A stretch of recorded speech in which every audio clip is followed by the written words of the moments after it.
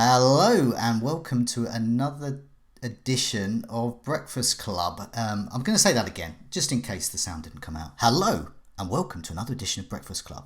Here we take you into the Gameweek 16 deadline and some chat about our transfers and captaincies. We have some live reaction to the lunchtime team sheets, and I reveal why it has all been a dream for my team.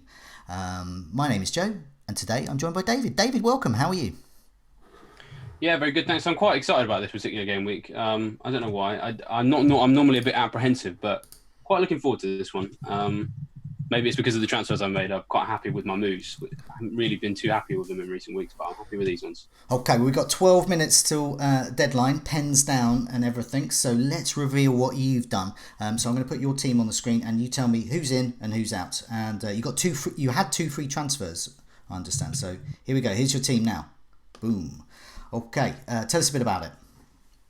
Yeah, so I made two moves this week. I had two free to use, and I was pretty set that I was going to move on Martial anyway, and just because I didn't like how open-ended Solskjaer was initially in the week about him not being ready, and then even though he said he's probably going to be involved against Man City, he's not going to start.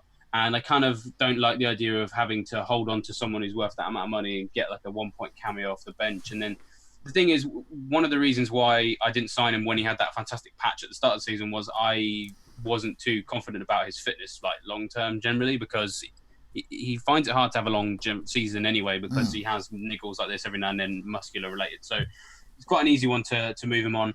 And yeah, I thought about De Bruyne.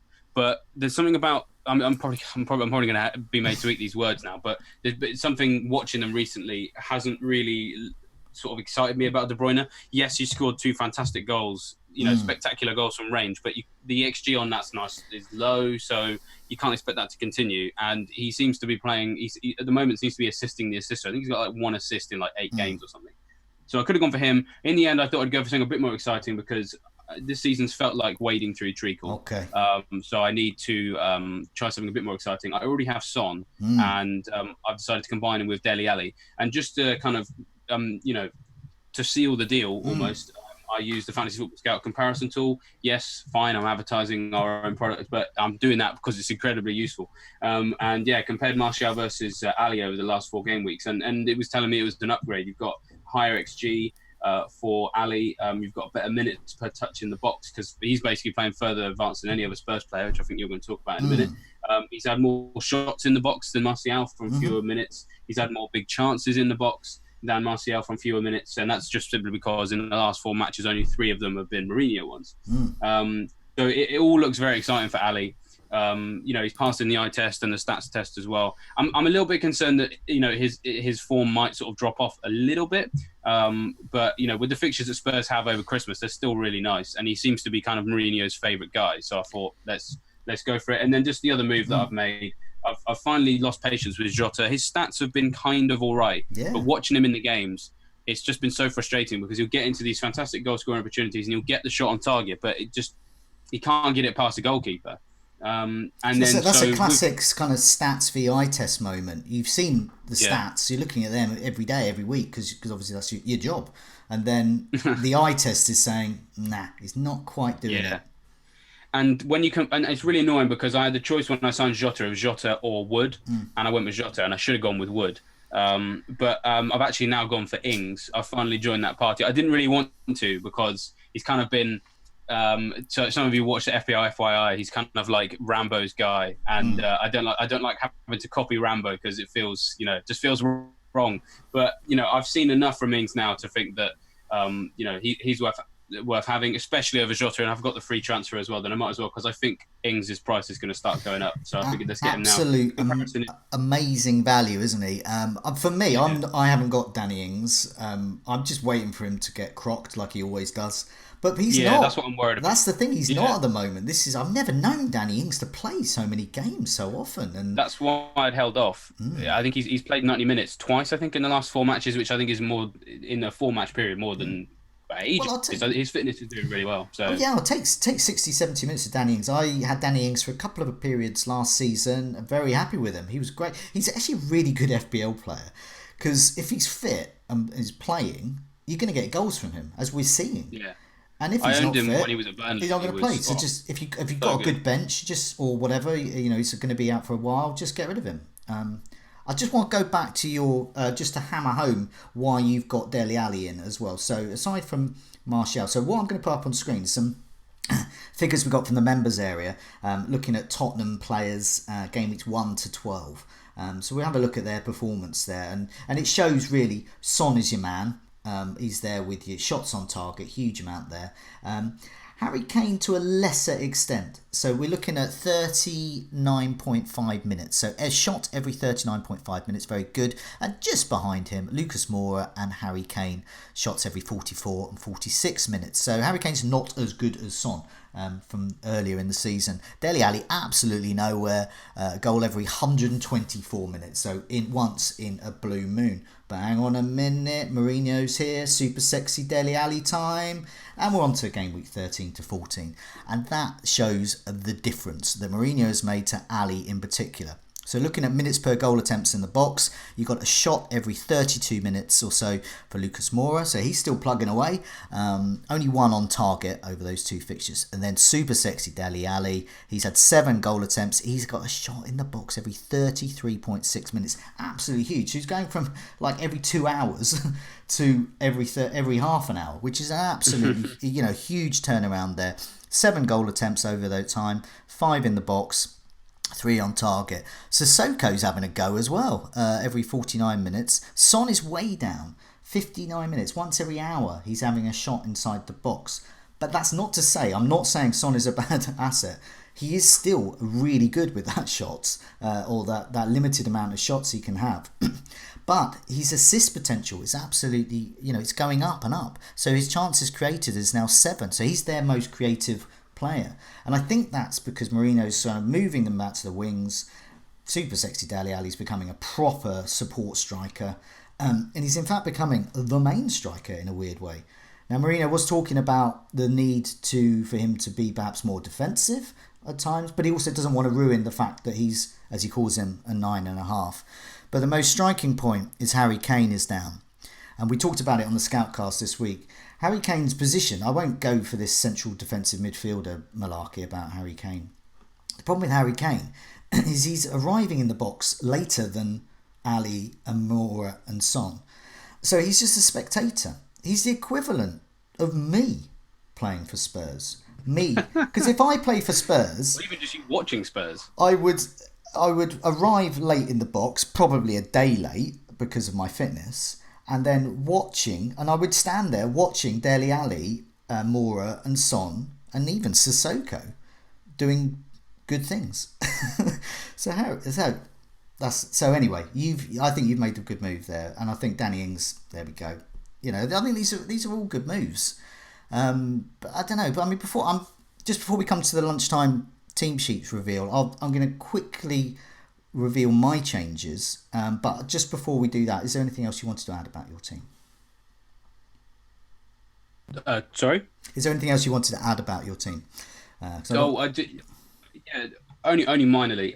I want to just kind of go back on something I said a couple of weeks ago that I wanted to see a little bit more out of Ings in terms of is his output sustainable, and just on some numbers as to why. His XG in the last 4 matches is 2.64. And his minutes per XGI over that period is the 3rd best. So it's getting to the point now where he's regularly getting good chances. And again, just a little comparison tool between him and Jota. His XG is higher. He's shooting more. He's shooting in the box more. He's shooting on target more. And his goal conversion is considerably higher. So just another good use for the comparison tool there. You've got 4 minutes left. And if you think you might want to sign Danny Ings, bung him in the comparison tool versus who you want to sell. And if there's loads of green ticks, then get him. I wish there was an injury imminent table, because then we could properly really go for Danny Ings there. But he's goals imminent permanently, isn't he? Because it's always there. He delivers. I'm just going to reveal my changes. They're broadly similar, but I've done something a bit different. So, I've got in Dele Alli as well, because he's super sexy Dele Alli. I've also got in Marcus Rashford, because he's a player I want over Christmas. And he has done well against top 6 sides this season. Man City's defence, let's be fair, is pants. And Rashford's in form. So I just thought, why not? And I'm not sure I can afford him. I think I've got something like 0.2 left in the bank. I think I'll be priced out of Rashford by next week because I think a lot of people are going to swoop for him. And he is, unlike Harry Kane, performing well in the eye test and the stats test. Right, okay, so out has gone Tielemans and Harry Kane before Burnley. So a lot of people are going, oh my God, you got rid of Harry Kane before Burnley. Are you insane?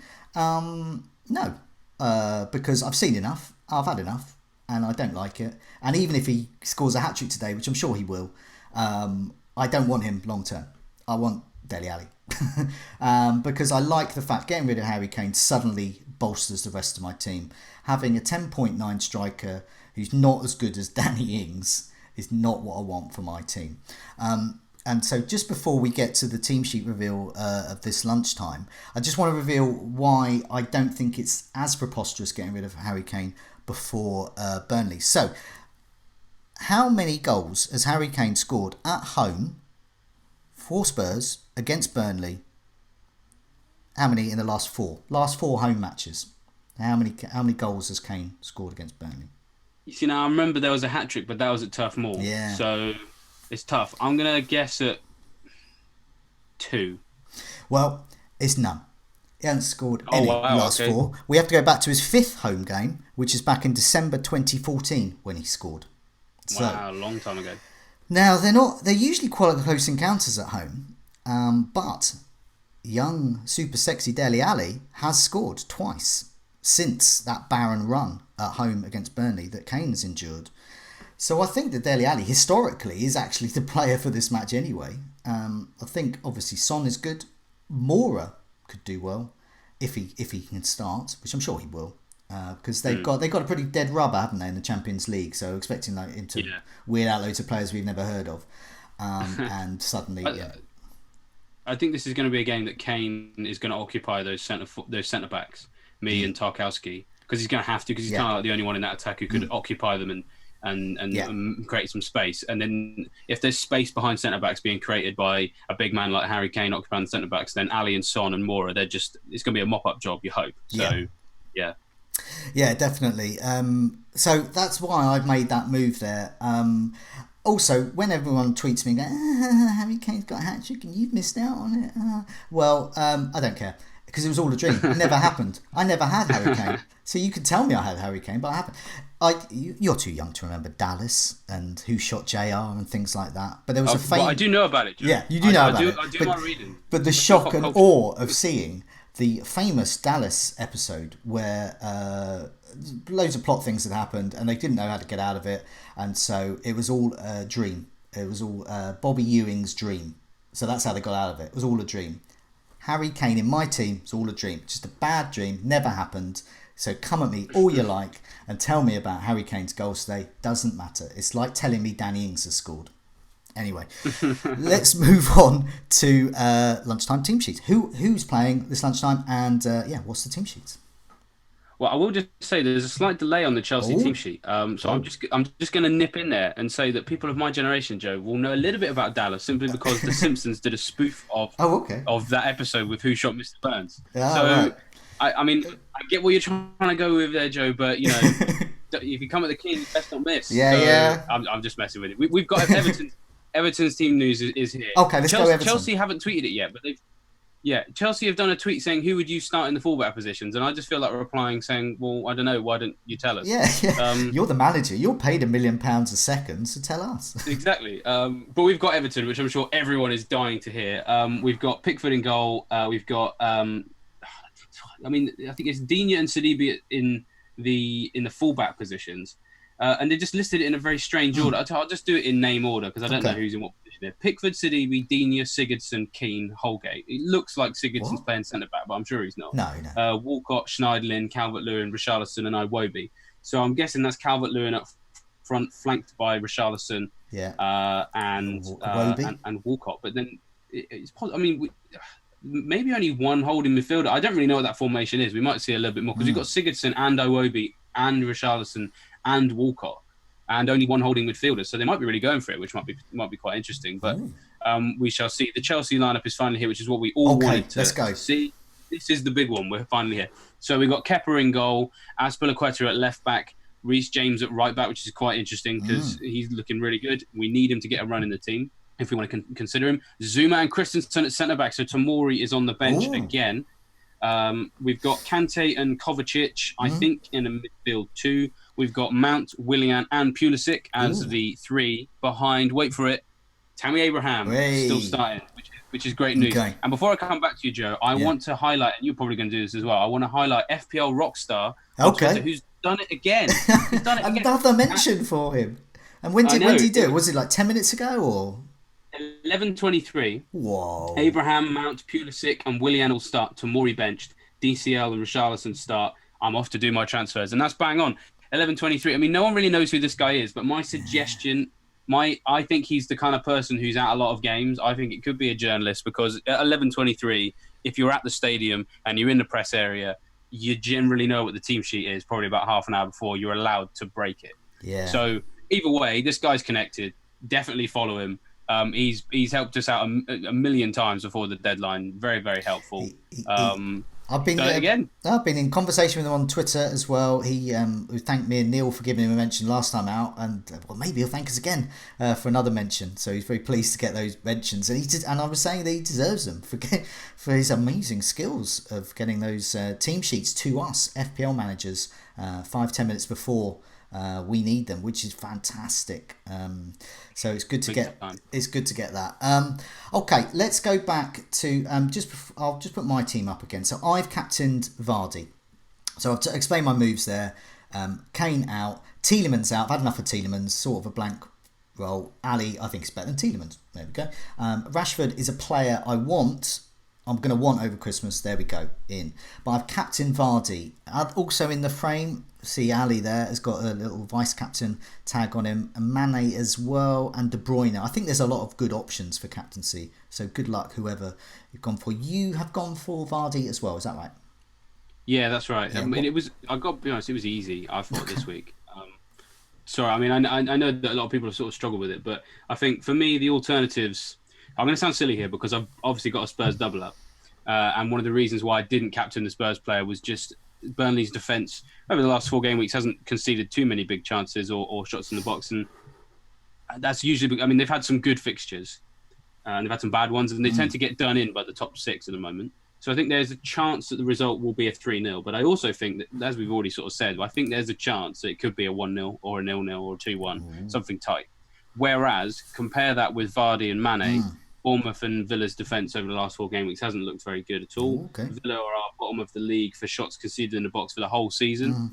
I can't really see that changing against Leicester personally. And then when it came down to between Vardy and Mane, Vardy is by far the more likely to start this game week. I'm not saying that Mane is necessarily a rotation risk, but he is more so than usual because they've got Kane coming up.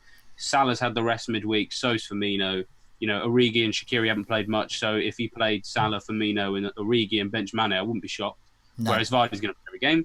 And then Vardy over the last 4 game weeks, he is second in the whole league for shots in the box. He is top for big chances, and he's top for shots on target. So when you combine that with Villa's defence, it just seems quite unlikely that he's not going to get something. So that's why I found it quite easy. So, yeah, people are already saying in the chat, Vardy blanking coming. You know, it probably will after I said that. But if we're making our decisions based on form-man fixture combined together, as me and you like to do, Joe, then it's really hard to look past Vardy. Yeah, and we're all going to go in it together. What was his effective ownership was something ridiculous when I captained last time. It was 186%. So, incredible. Yeah. So that's I didn't captain him the week before. Captain Mane blanked that week. When Vardy scored, I owned him, but my overall rank, I went down about 15,000, 20,000 places by simply owning Vardy. Owning Vardy is not enough anymore. So there we go. I just wanted to mention FPL Dilemma, who tweeted us just before we came on. He said he's hoping to get a sneak peek of the team sheet. Well, I hope that he was following FPL Rockstar there, because he was saying that if Pulisic starts, I'll be tempted to give him the armband. So there's something that we haven't mentioned there. You've got Pulisic. He is an outstanding performer for Chelsea at the moment. If not, and he's also thinking about he might get Abraham back in. I got rid of Abraham a couple of weeks ago, which I explained on the Scoutcast is in itself is not a bad move because there's so many other strikers doing well. It just so happens I had a dream that I got Kane in, and it was a rubbish dream. So we're going to forget all about that. I just wanted to mention something as well coming up with these matches. So my team Brighton against Wolves. By the way, I was delighted that they beat Arsenal, but I had loads of techie things to go to look at and things like that during the last Scoutcast when the winning goal went in. So yes, I was delighted. I wanted to mention that I think this Brighton Wolves game is going to be decided by set pieces. And I think you've got rid of Jota this week. And there is also, and I blew your mind earlier when I said that Jimenez is being drafted out of many a team, and he's gone down. Noticed that at all. And he went down in price last night. What is wrong with these people? What is wrong with these people? I was tempted to sign him, and he's gone down. I mean, thank you everyone. You've given us a Jimenez discount. Thank you. Brilliant. So I do think that set pieces can decide that. So now Brighton and Wolves are good at set pieces. Brighton are very good at conceding from set pieces as well. So it's all marrying up to being a very set piece themed event, I think. So Lewis Dunk and Pascal Gross, I think, are two of the key men there. We saw what Lewis Dunk did suddenly on direct free kicks and they scored against Liverpool. Not too bad. Pascal Gross is doing well as well. I want to mention Martino as well. He is in Sam's team. Keeps doing well for Sam, and why not? So looking at who are the best corner takers. So these are successful corners. Anyone can whip a corner in, but can they make them successful? Can they make them count? And I've got the list over the last 4 matches that they've played. Özil is there for Arsenal. Pascal Gross, Coutinho, and De Bruyne. They're the best ones. These are the best ones. And so that says to me that if Pascal Gross is starting, Coutinho I would imagine would be starting, then there's plenty for the likes of Jimenez and Dendoncker, who's my first sub now after looking at those stats to do. I was looking overall as well, so overall stats, looking in the members area there for goals from set plays across the season. And that's really good. That's goals from set plays.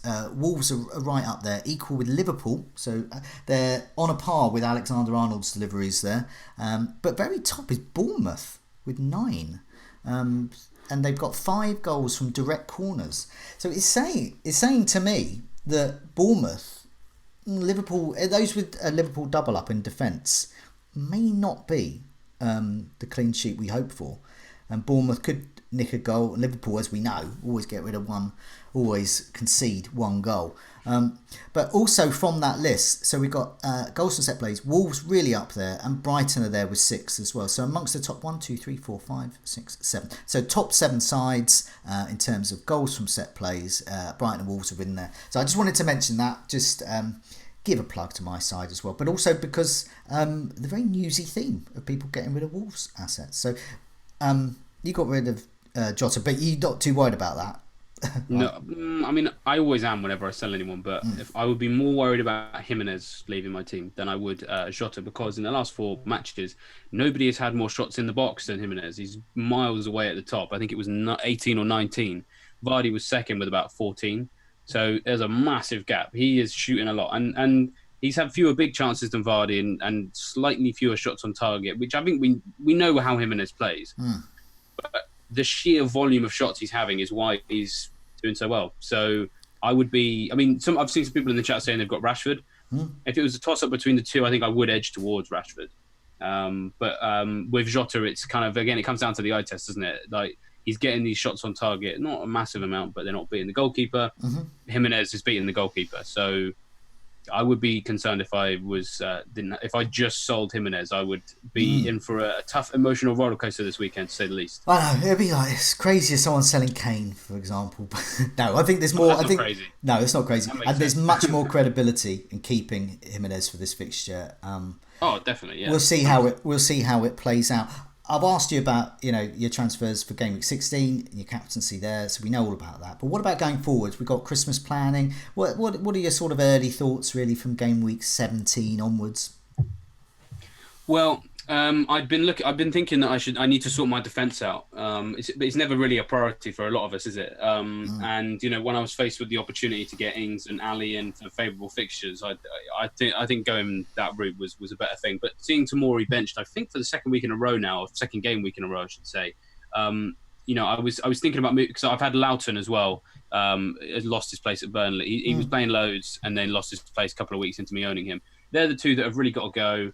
And I guess long term, I'm gonna want Kelly because Crystal Palace's fixtures are so good and they're somewhat limited in defence. So I would imagine over the Christmas period he's still going to play. The one glaring omission from my team defensively this season has been Soyuncu. Although of course he's rapidly increasing in price all the time, so I might end up going with Evans. Whichever one is cheaper by the time I have the ability to sign a Leicester defender, I will. It's just about timing it right because actually I like the idea of signing Soyuncu, but actually away at Villa, I don't fancy it because Villa are good attacking team. Home against Norwich, again, Norwich kind of slowly getting back into things with their team coming back together, and then they got Man City and Liverpool after that. So to be honest, they might not sign a Leicester defender until game week 20 when they face West Ham, Newcastle, Southampton, and Burnley. Crystal Palace. So Kelly's higher on my shopping list. I think it's quite an easy one. I think next week, Tomori or Loughton out for Kelly be a nice one little move. Save me a bit of money, protect that invest because it only be about 0.6. Well, I like. But then of course the other thing is just Liverpool as well. I was going to say, coming up with Liverpool's blank. What's your thinking there? I've got Matt Target in already. I've got Rico. I'm heading for if there can be avoiding any suspensions in particular, because Lundstrom's on 4 and Rico's on 4, I believe, 4 yellow cards, so they could be suspended. I'm looking at 4-4-2. I'm looking at benching Mane, Alexander-Arnold. I can see absolutely no reason to get rid of them. I would be benching them and go 4-4-2 and happy. And it sounds like your team is well sorted as well. Your team structure's fine. I've got KDB in and you've got Son, but they're similar prices, so you've got very similar structure to me. So I quite like that. And I didn't have that structure with Kane in, and now I've gone back to it, so I feel a bit happier, feel a bit more comfortable. For me, Mason Mount possibly out for Grealish or Zaha. So I'm weighing that up. So that's something there. I really like Grealish. Yeah, so I think I might go to that. Grealish makes sense, better fixtures, and he's just, I would say better player, but he's a different type of player, different type of team as well. No, I think I would say Grealish is a better player. Okay. So, I mean, when you say it, people would accuse you of perhaps using your club bias, but I don't have any Brighton affiliation, so I feel quite comfortable saying that I think that Grealish is as a Brighton fan, I know all too well how amazing Zaha is when he scored many a goal to stop us in the playoff finals and those kind of things. Pulisic and Abraham are on the radar. Tammy Abraham's always on the radar, has to be. So touch wood, I'm in good shape for game week 18 really, so famous last words. But that's sort of where I'm at really. I've hopefully, barring injuries and suspensions, I'm in that state where I can now, take a punt on Grealish, defence is fine, and I've got Henderson in goal. He's just going to be my default goalie for quite a while. Maybe Pope might tuck in a little bit. I just want to mention Abdul in the live chat. He says, "Hey Joe, hey David." So hey Abdul. I don't know. I just quite liked it when he said that.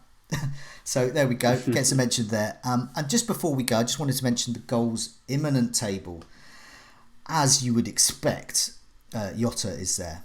Diego Jota is right there, as he's been all the time. He's been there for a while. Oh, he's like the Nathan Redmond of the goals imminent table this season. The goals imminent table is a great place to be. Yeah. But it's like a hotel. Yeah. You don't want to live there. No. You want to be there for a couple of weeks, and then you want to leap off in style, which is where most people do. Weirdly, Alan St. Maximum was on there a couple of weeks ago and scored against Sheffield United. So it does work occasionally. Pulisic is top. So those, perhaps if FPL Dilemma did make that move, and others, and you indeed as a Pulisic owner, you're going to get points, I think. We need something from today. Martial is there, so if he does start, It's possible, but is this the fixture for him, and is his fitness right? Raheem Sterling has already spoken, hasn't he, this week about that he knows his record against Manchester United is poor, and he's going to just try and shoot as much as he can. That's quite a scary prospect for non-owners like me. And Willian. But then again, his shots on target is so. Do you know that makes Yeah. me think he's going to snatch at everything Oh, because yeah. his shots on target has been rubbish recently. Yeah, But he's on the goals imminent table, so sorry, who am I to judge? Well, I just think there. So I've got rid of him in all formats. So I'm readying myself for some Sterling goals there. Willian, just to finally mention Willian there. I know he's as his favourite, but yeah, could be some goals there. They are against Everton, managerless, although big dunks there. Who knows what? Big dunk, yeah. Just before we go, just want to mention the members area, our monthly membership now.